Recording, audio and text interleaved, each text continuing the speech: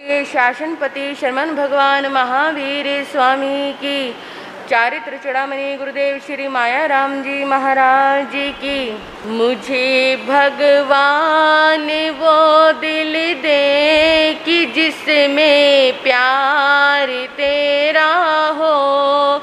मुझे भगवान वो दिल दे कि जिसमें प्यार तेरा हो। जुबा वो दे जो करती हर समय इजहार तेरा हो। जुबा वो दे जो करती हर समय इजहार तेरा हो। मुझे भगवान वो दिल दे कि जिसमें प्यार तेरा हो।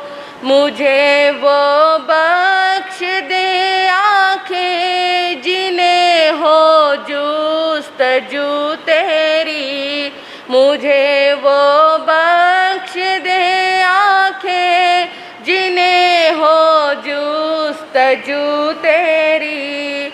कि जर्रे जर्रे में जिनको फ़कत दीदार तेरा हो। कि जर्रे जर्रे में जिनको फ़कत दीदार तेरा हो। मुझे भगवान वो दिल दे कि जिसमें प्यार तेरा हो। मुझे भगवान वो दिल दे कि जिसमें प्यार तेरा हो।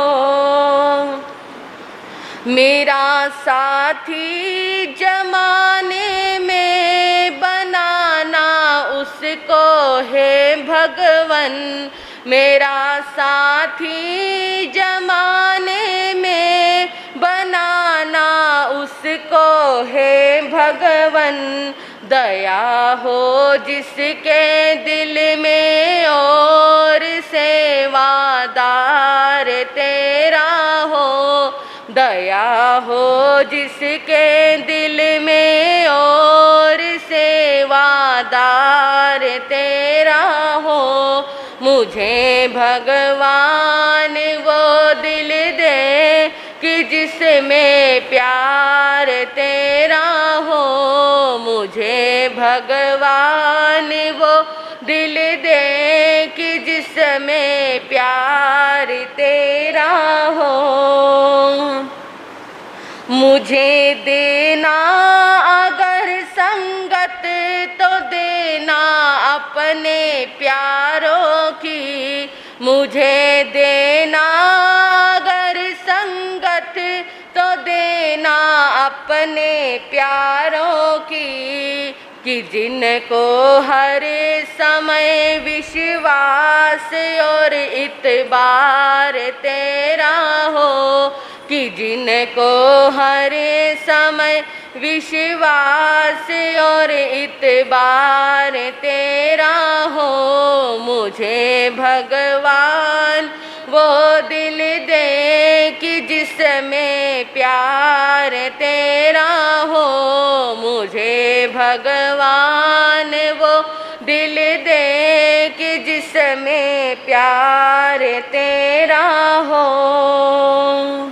भगत ये काट ही लेगा खुशी से जिंदगी अपनी।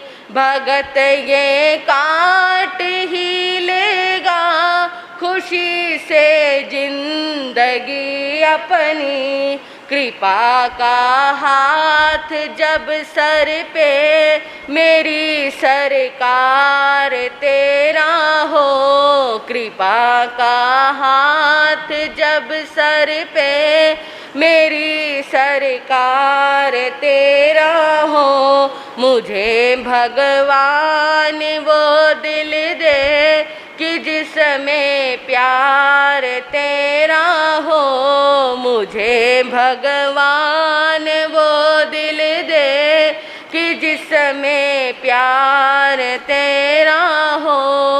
जुबा वो दे जो करती हर समय इजहार तेरा हो। जुबा वो दे जो करती हर समय इजहार तेरा हो। त्रिशैलानंदनं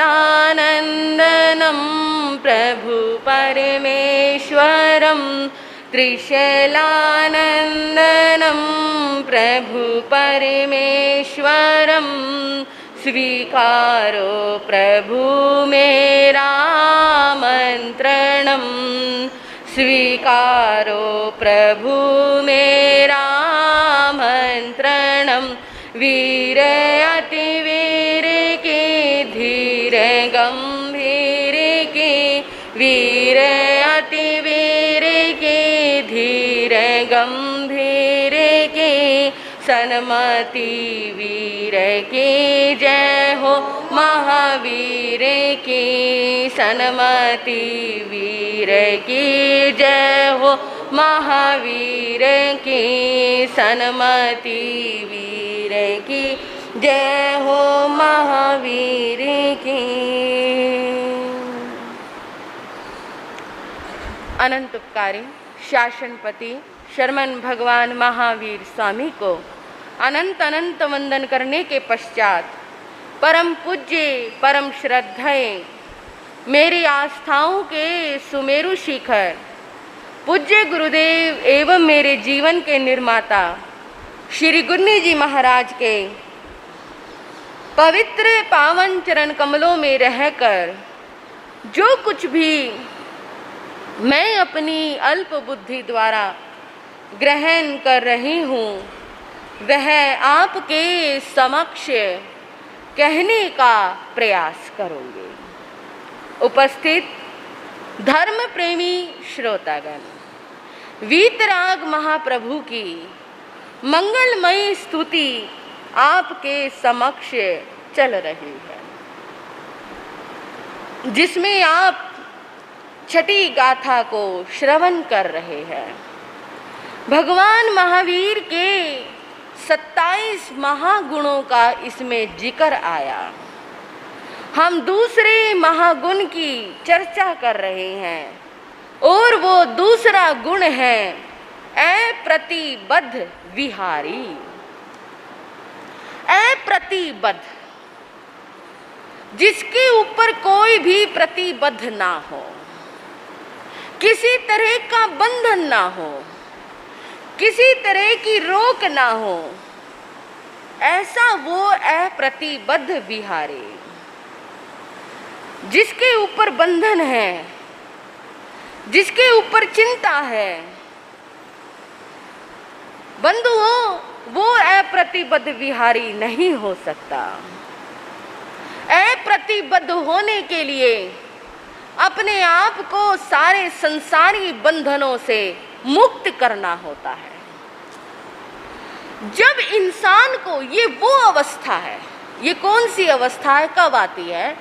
जब इंसान को इस बात का ज्ञान हो जाए कि संसार में कोई मेरा नहीं है, ये सारा संसार मात्र एक स्वप्न है, सिर्फ और सिर्फ एक आत्मा ही इस लोक और परलोक में जाने वाली है, बाकी सब यही रह जाएगा। रिश्ते नाते संबंध सब कुछ हमने एक जन्म नहीं अनंत अनंत जन्मों से बनाए और बनाते रहेंगे। जब आत्मा को इस सत्य का ज्ञान हो जाता है, वो जग की निस्सारता को समझ जाता है। बंधुओं, कैसे? अगर आप खीर खाने के लिए बैठे, लेकिन तभी आपको किसी ने बताया खीर मत खाना, क्यों? इस खीर में किसी ने जहर मिला दिया है, तो क्या आप खीर का भोजन करेंगे? क्यों नहीं करेंगे? खीर बड़े मेवे मिष्ठान से बनी हुई है, बहुत मीठी है, बहुत स्वादिष्ट है। इतनी महंगी खीर कितनी मुश्किलों से बनाई, 2-3 घंटे लगाकर इतनी अच्छी खीर बनाई, लेकिन सिर्फ उसमें एक ही तो कमी है, किसी ने जहर ही तो मिलाया है। फिर खाने में क्या दिक्कत है? नहीं खाएंगे। ये मूर्खता कोई भी नहीं करेगा। वो कहेगा चाहे कितनी महंगी खीर हो, चाहे इसे कितने मेवे मिष्ठान से बनाया गया हो, चाहे ये कितनी भी स्वादिष्ट क्यों ना हो, और चाहे आप 3 दिन के भूखे भी क्यों ना हो, फिर भी आप कहोगे मैं चौथा दिन भूखा रह लूंगा लेकिन खीर नहीं खाऊंगा। जिस प्रकार आपने उस खीर का त्याग किया, निरासक्त भाव से त्याग किया, अब उसके प्रति आपको कोई आसक्ति नहीं रही, पल भर में आपने उसका त्याग कर दिया। उसी प्रकार जब साधक को यह ज्ञान हो जाता है कि संसार जो खीर के समान स्वादिष्ट तो है, बड़ा मधुर भी है, दिखने में बहुत सुंदर भी है, बड़ा प्रिय भी लगता है, आत्मा को आनंद देने वाला भी लगता है, शरीर की इच्छाएं पूरी करने वाला भी लगता है, सभी इंद्रियों की पूर्ति करने वाला है। ये संसार बहुत सुंदर, बहुत अच्छा है, लेकिन प्रभु महावीर कह रहे हैं, तीर्थंकर भगवान कह रहे हैं, सब कुछ है इस संसार में, लेकिन इस संसार में थोड़ा सा जहर मिला हुआ है, कषायों का, विषयों का। और अगर तुमने इन विषयों और कषायों के जहर से युक्त इस संसार का भोग कर लिया तो तुम्हारी गति बिगड़ जाएगी, तुम मरकर अधोगति के शिकार हो जाओगे, नरक त्रियंच गति के शिकार हो जाओगे। तो फिर उस समय क्या स्थिति हो जाती है? लेकिन हम संसार को तो नहीं छोड़ पाते। संसार को छोड़ने के लिए तो भगवान महावीर कह ही नहीं रहे।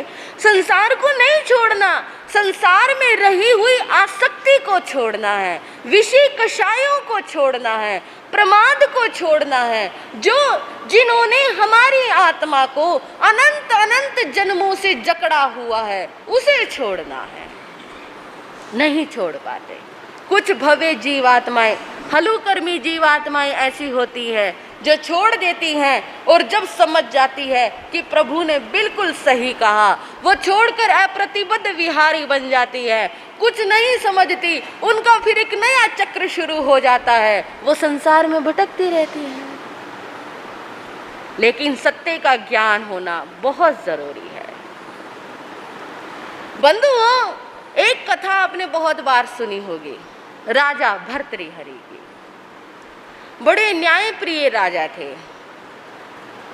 उज्जैनी के बहुत बड़े सम्राट रहे हैं, सारी प्रजा उन्हें अपना भगवान समझती थी।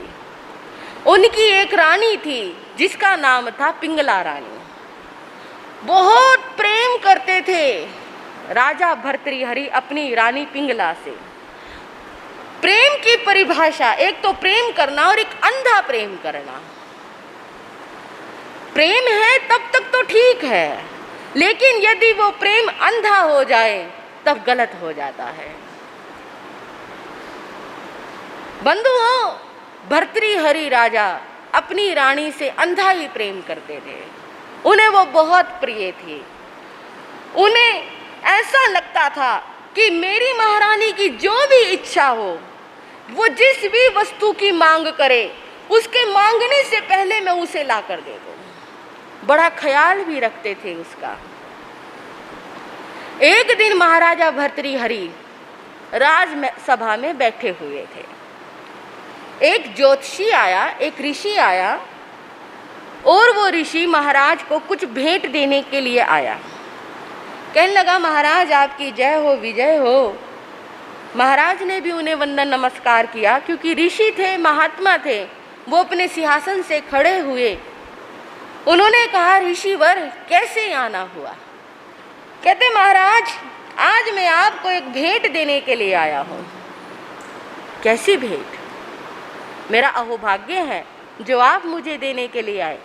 महाराज मैंने एक तपस्या की थी, साधना की थी, उस साधना से प्रसन्न होकर मुझे ये अमर फल की प्राप्ति हुई है।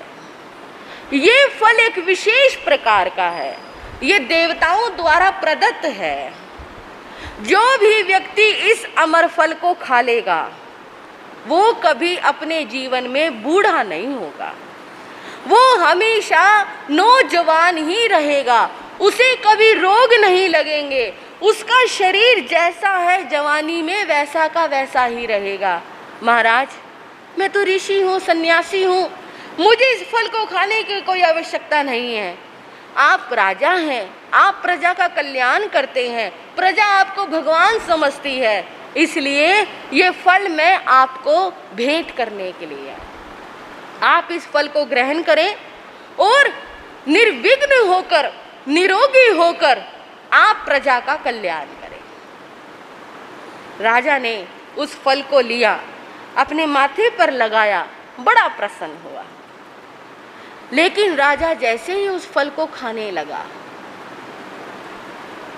उसे याद आया, मैं फल को खाकर क्या करूंगा, मुझे इस फल की इतनी आवश्यकता नहीं है, क्यों ना मैं अपना ये फल अपनी प्रिय महारानी पिंगला को दे दूं। यदि वो स्वस्थ रहेगी तो मैं स्वस्थ रहूंगा, वो जवान रहेगी तो मैं जवान रहूंगा। मैं उसे खुश देखना चाहता हूँ, उसे जवान देखना चाहता हूँ, उसे स्वस्थ देखना चाहता हूँ, वो मेरी प्रिय रानी है। और राजा राजमहलों में गए, महारानी पिंगला को उन्होंने कहा, रानी ऐसे ऐसे आज सभा में एक ऋषि आए थे, उन्होंने ये फल मुझे दिया था, ये फल मैं तुम्हें देना चाहता हूँ, तुम इस फल को ग्रहण करो और हमेशा पूरी जिंदगी निरोगी होकर रहो। ठीक है महाराज, जैसी आपकी इच्छा, मैं स्नान करने के पश्चात इस फल को ग्रहण कर लूँगी। महारानी ने वो फल लिया, रख दिया। स्नान आदि करने के पश्चात जैसे ही वो फल को खाने लगे, बंधुओं, जो महारानी पिंगला थी वो राजा से भी ज्यादा किसी और को चाहती थी, और जिसको वो चाहती थी वो नगर का कोतवाल था। सोचो, कहाँ एक राजा, कहाँ एक नगर का कोतवाल। लेकिन ये जो संसार है ना, बड़ा विचित्र है। ये प्रेम कुछ नहीं देखता, ये वासना कुछ नहीं देखती, ना जात पात देखती है, ना काला गोरा देखती है, ना ही ऊंच नीच देखती है, ना ही ये देखती है कि कहाँ वो राजा, इतने बड़े राजा की मैं रानी, और कहाँ ये नगर का एक छोटा सा नौकरी करने वाला कोतवाल। कुछ नहीं देखता ये प्रेम। इसलिए मैंने कहा, प्रेम होना बुरी बात नहीं है, प्रेम अंधा होना बुरी बात है, और प्रेम हमेशा अंधा ही होता है। बंधुओं, रानी ने वो फल लेकर अपने कोतवाल के पास गई और कहने लगी, ऐसे ऐसे ये फल राजा ने मुझे दिया, वो मुझसे बहुत प्रेम करते हैं, लेकिन मैं अपने जीवन में सबसे ज़्यादा प्रेम तुमसे करती हूँ, और मैं चाहती हूँ इस फल को तुम खाओ, तुम ग्रहण करो, और तुम पूरी जिंदगी नौजवानों की तरह रहो। ठीक है महारानी, जैसी आपकी आज्ञा। कोतवाल ने वो फल लिया, रख लिया। लेकिन जरूरी तो नहीं जिससे आप प्रेम करते हो वो भी आपसे उतना ही प्रेम करता हो, ये कोई जरूरी नहीं है। इसलिए तो महाप्रभु ने इस संसार को नश्वर बताया है। जिससे आप प्रेम करते हो सकता है वो आपसे भी ज्यादा प्रेम किसी और से करता हो। उधर वो जो कोतवाल था वो भी महारानी से ज्यादा प्रेम उस ही नगर में रहने वाली, उस नगर की प्रसिद्ध गणिका वेश्या से करता था। वो प्रतिदिन उसके पास जाता था, उससे वो बहुत प्रेम करता था। वो उस फल को लेकर उस गणिका के पास गया और उस गणिका को एकांत में बुलाया, उसे सारी बात बताई। कहने लगा, ये फल मैं तुम्हारे लिए लेकर आया हूँ, तुम इस फल को ग्रहण करो और देखो तुम पूरी जिंदगी इसी तरह जवान रहोगे, नवयुवती की तरह रहोगी। जैसे तुम जवान रहोगी, नवयुवती रहोगी, नए नए लोग तुम्हारे पास आएंगे, उनका मनोरंजन होता रहेगा, तुम्हारा काम चलता रहेगा। इसलिए ये फल मैं तुम्हारे लिए लाया हूं। इस फल की सबसे ज्यादा जरूरत तुम्हें है। उस वेश्या ने वो फल ले लिया। बंधुओं, जैसी वो फल खाने लगे, मन में एक भाव आया, मेरा जो कार्य है वो घृणित कार्य है, गंदा कार्य है। मैं ना जाने कितने लोगों के पतन का कारण हूं। इस फल को खाने का मुझे कोई अधिकार नहीं है। ये फल तो एक ऐसे व्यक्ति को खाना चाहिए जो लोगों का भला करता हो, उपकार करता हो, जो अपने जीवन में बड़े बड़े काम करता हो। मेरी जैसी नारी जो लोगों का पतित होने का कारण बने, लोगों को गिराने, धर्म भ्रष्ट करने का कारण बने, मेरी जैसी नारी को ये फल खाने का कोई अधिकार नहीं है। ये फल तो एक श्रेष्ठ सज्जन पुरुष को खाना चाहिए। ऐसा हमारे नगर में कौन श्रेष्ठ सज्जन पुरुष है जिसे ही मैं फल प्रदान करूं? विचार आया, सोचने लगी, हमारे राजा से बढ़कर कौन है इस नगर में? कितने श्रेष्ठ और सज्जन पुरुष हैं, दुनिया का भला करते हैं, प्रजा का भला करते हैं, प्रजा को अपनी संतान के समान रखते हैं। सारी प्रजा उन्हें भगवान समझती है। अगर ये फल हमारे राजा खा ले तो वो चिरंजीवी होंगे, निरोगी होंगे, पूरी जिंदगी वो एक सुचारू रूप से शासन व्यवस्था को संभालेंगे और पूरी जिंदगी प्रजा का भला करते रहेंगे। गलत सोचा? सबके सोचने में कितना अंतर था, लेकिन एक गणिका के सोचने में बहुत अंतर था।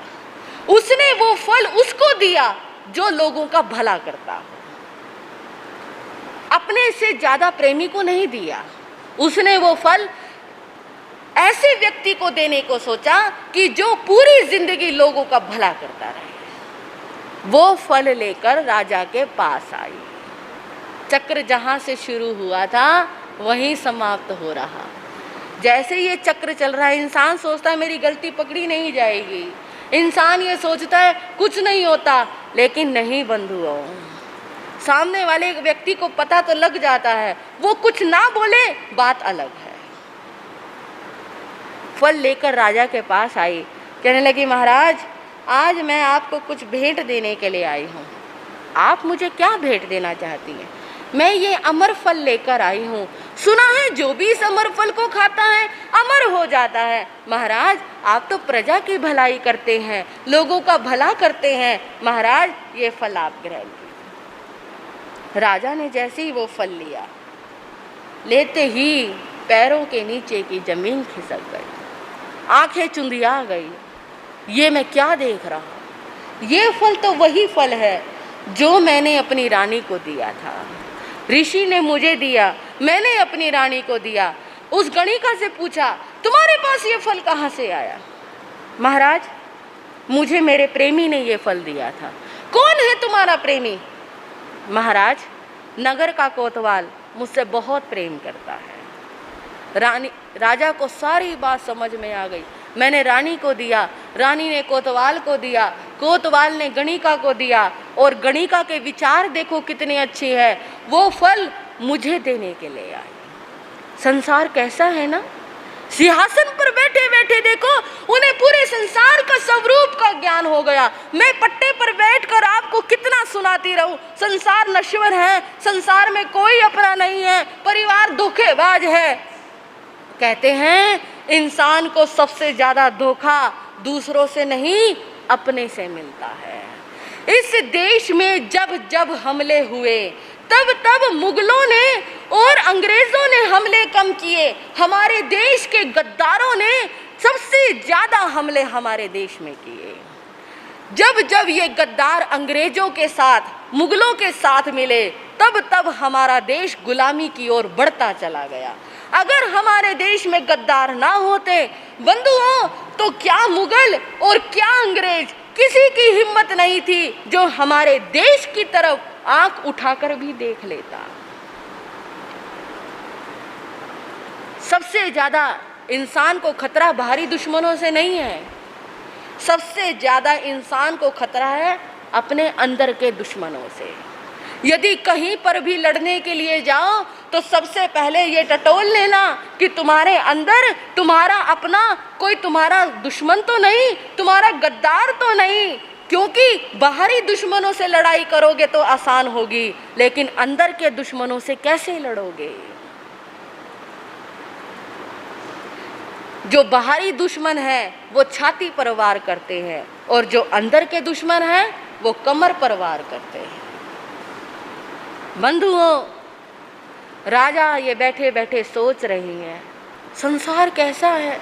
मैं रानी पिंगला को अपनी जान से ज्यादा प्यार करता था, हर सुख दुख का ध्यान रखता था, हर उनकी मांग को पूरी करने का प्रयास करता था, उनके मांगने से पहले ही सभी वस्तुएं लाकर उनको देता था। महारानी मुझे अत्यधिक प्रिय थी और ये फल, इतना अच्छा श्रेष्ठ फल भी मैंने उनको देने का निर्णय किया।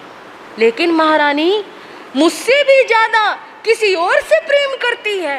धिक्कार है, एक रानी होकर महारानी के पद पर बैठकर वो एक नगर के नौकर कोतवाल से प्रेम करती है। धिक्कार है। कैसा संसार है ये, कैसा प्रेम है ये। यहाँ तो प्रेम में भी खार छिपा हुआ है, प्यार भी खार भरा है। धिक्कार है इस संसार को। बैठे बैठे ऐसे निरासक्ति हुई संसार से, ऐसे निरासक्ति हुई। मंत्री को बुलाया और कहा, मंत्रीवर लो ये शासन संभालो, मैं चला। महाराज कहाँ चलने की तैयारियां हो रही हैं, कहाँ जाने का विचार है? बस देख लिया संसार कैसा है, अपने कैसे हैं, दूसरे कैसे हैं। आज मुझे संसार के स्वरूप का ज्ञान हो गया। क्या ज्ञान हो गया? कि आज जो ये संसार रूपी खीर है, इसमें क्या मिला हुआ है? जहर मिला हुआ है। जिस व्यक्ति को ये ज्ञात हो जाएगा खीर में जहर है, वो खीर का भोजन नहीं करेगा। उसी प्रकार जिस व्यक्ति को ये ज्ञात हो जाएगा कि संसार नश्वर है, अनित्य है, यहाँ कोई अपना नहीं है, वो संसार में नहीं रह सकता। मंत्रियों ने बहुत समझाया, सभासदों ने बहुत समझाया, महारानी ने भी रोते रोते माफी मांगी। राजा कहने लगे, बस अब सब कुछ हो गया, अब नहीं मैं इस संसार में रह सकता। और बंधुओं, ऐसे उन्होंने समस्त बंधनों को तोड़ा, समस्त बंधनों को तोड़कर निकल गए वन पथ पर एकाकी, अप्रतिबद्ध विहारी होकर। अप्रतिबद्ध, अब उनके पास किसी तरह का कोई बंधन नहीं था। भगवान महावीर स्वामी भी अप्रतिबद्ध विहारी थे। राजा भर्तृहरि जब संसार को छोड़कर निकले, क्या मन में भाव आ रहा था उनके? छोड़ चले दुनिया के झूठे प्यार को, छोड़ चले दुनिया के झूठे प्यार को।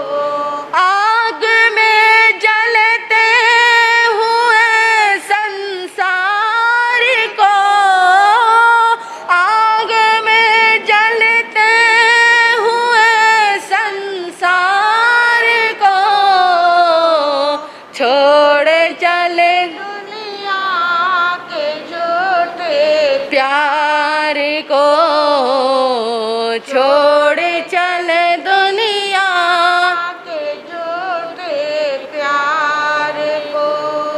बंधुओं, वास्तव में भगवान महावीर भी उस संसार के झूठे प्यार को छोड़कर निकल गए, जिस संसार को उनकी आत्मा अनंत जन्मों से अपना मान रही थी।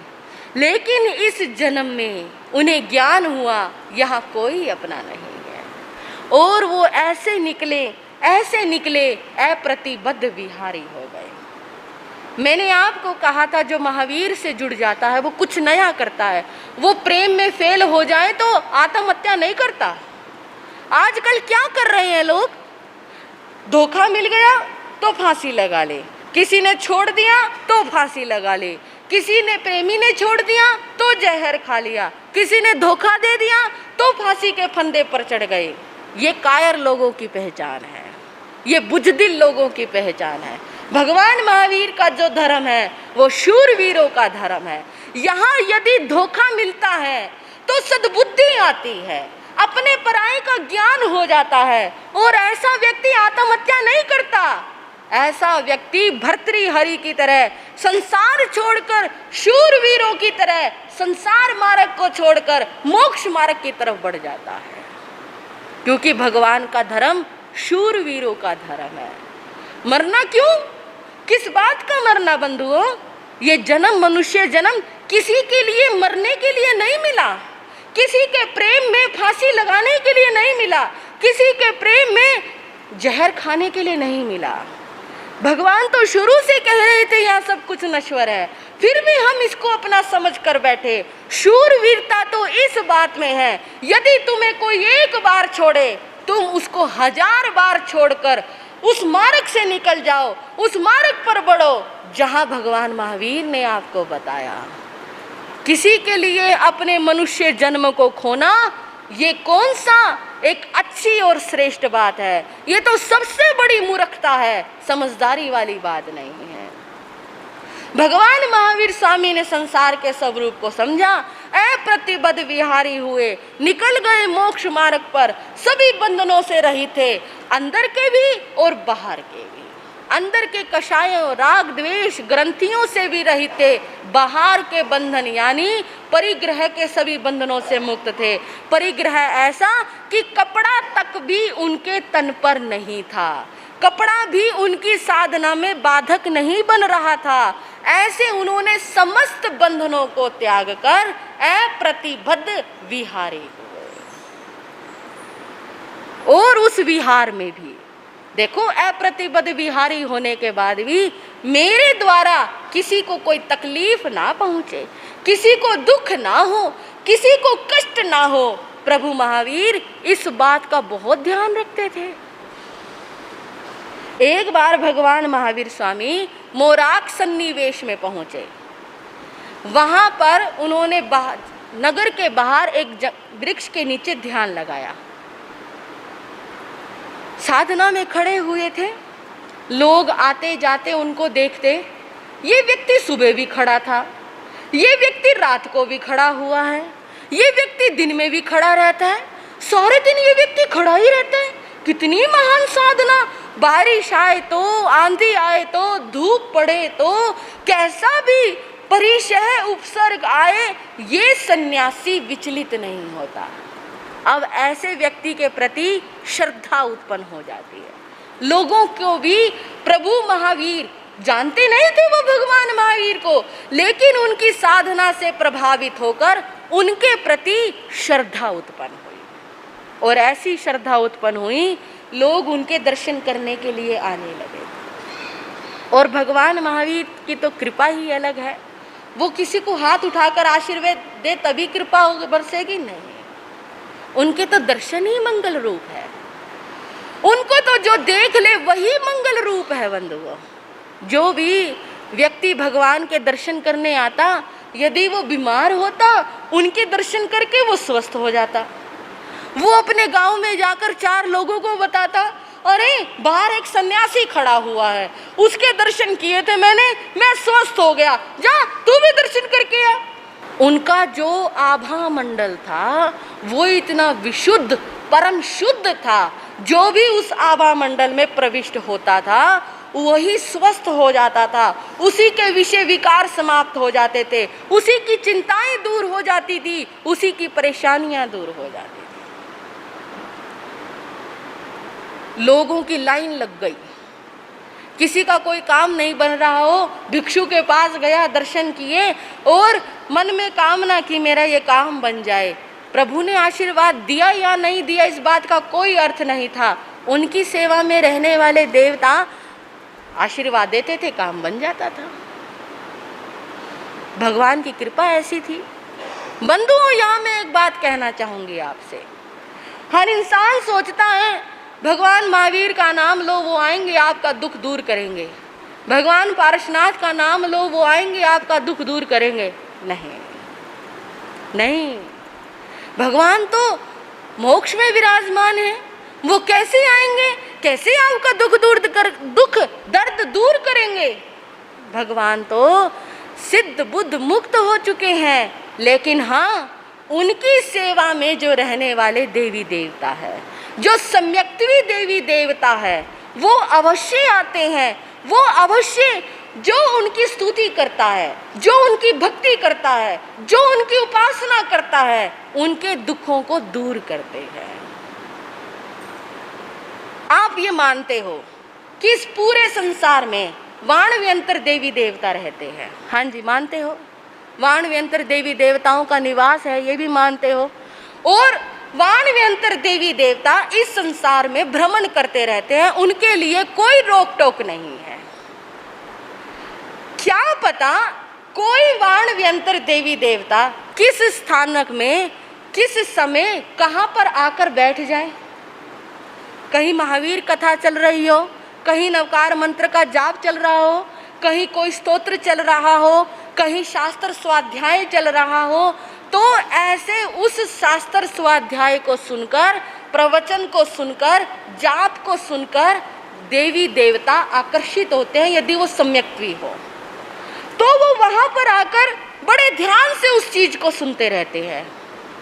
वो प्रसन्न हो जाए तो वहां सभा में बैठे हुए या जाप करते हुए लोगों को, स्वाध्याय करते हुए लोगों को आशीर्वाद भी दे जाते हैं। हम कहते हैं प्रवचन सुनने से सौभाग्य बढ़ता है। देखो, कर्मों की निर्जरा तो होती है, लेकिन आप प्रवचन सुनकर गए, आपका काम बन गया, ये प्रवचन से नहीं बना। हो सकता है उस समय इस सभा में, आपकी सभा में कोई देवता ऐसा बैठा हो जो सम्यक्तवी हो, उसका उपयोग लग गया हो और वो प्रसन्न हुआ हो कि ये लोग मेरी भगवान की स्तुति करते हैं, ये लोग मेरी भगवान की आराधना करते हैं, ये लोग मेरे भगवान की पूजा करते हैं, और वो प्रसन्न होकर आपको आशीर्वाद दे जाए। ये सब कुछ होता है और इस बात को समझना चाहिए। हम आपको कहते हैं नवकार मंत्र का जाप करो, सब ठीक हो जाएगा। कैसे ठीक हो जाएगा? वो पंच परमेष्ठी भगवान आके थोड़ी ठीक करेंगे। कब किस देवता का उपयोग लग जाए, कब कोई देवता आपको आशीर्वाद दे जाए, इस विषय में कुछ नहीं कहा जा सकता। इसलिए प्रत्येक कार्य में श्रद्धा और भक्ति का होना बहुत जरूरी है। यदि वही काम आप श्रद्धा से कर रहे हो, देवता प्रसन्न होकर आपको वरदान दे जाएंगे, और यदि वही काम अश्रद्धा से कर रहे हो या आपके मन में छल कपट है, आपके मन में दुराभाव है, दुराग्रह है, तो देवता नाराज भी हो सकते हैं। क्या ऐसा होता है? होता है या मैं सिर्फ इस बात को वैसे ही कह रही हूँ? सुनेंगे अगले समयों में। कल इस विषय में भी थोड़ी सी चर्चा करेंगे। आप श्री गुरनी जी महाराज के मंगलमय वाणी आप सभी श्रवण करेंगे। बोलिए भगवान महावीर स्वामी की।